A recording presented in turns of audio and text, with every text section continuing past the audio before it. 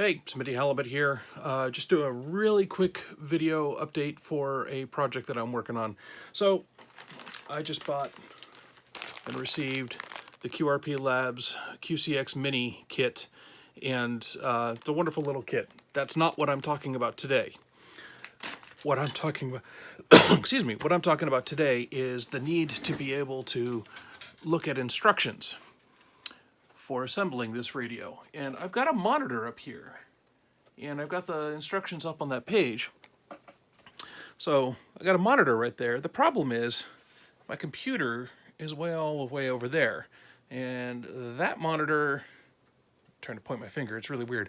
This one here is a copy of this one here. So whatever's on that far monitor, I can see on this monitor here.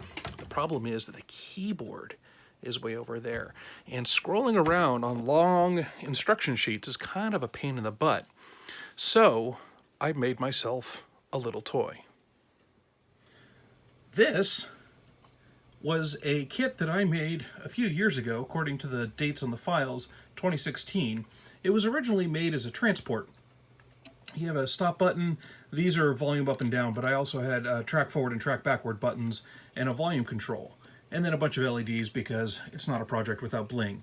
But basically, it's an encoder wheel and, excuse me, and 3 buttons. These happen to be cherry browns, but you know, whatever.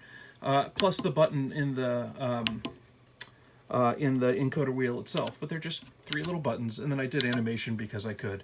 But the original design of this was so that I could have a volume control, and then a pause play button, then like forward track, back track, and then mute. If you pushed that was mute. So that's what all of these animations are for, because I originally wrote it for that kind of stuff.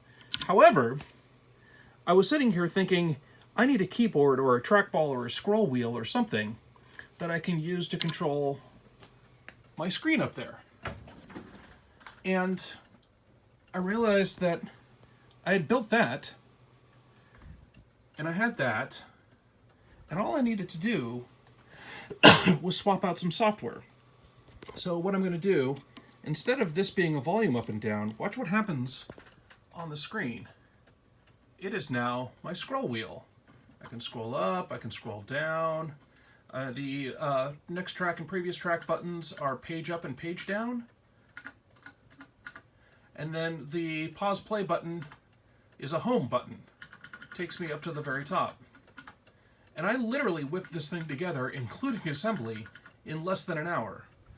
Now, admittedly, I had already had that board, and I had already had the software for when I made all of this at Transit. But I was able to put this together super quick and easy. And so now, if I can get both the screen and the Transit in the shot at the same time, but I can like scroll up and down with that wheel to get scroll action on the screen. And that's going to make assembling kits so much easier, because now the instructions are on the screen and I can control it from my assembly spot. And I think that's pretty rad. So that's it. That's all I got. I just wanted to show that to you. I thought that was kind of cool, and I thought I'd share. I'm Smitty. Thank you very much for watching, and be good humans. I'll catch you next time.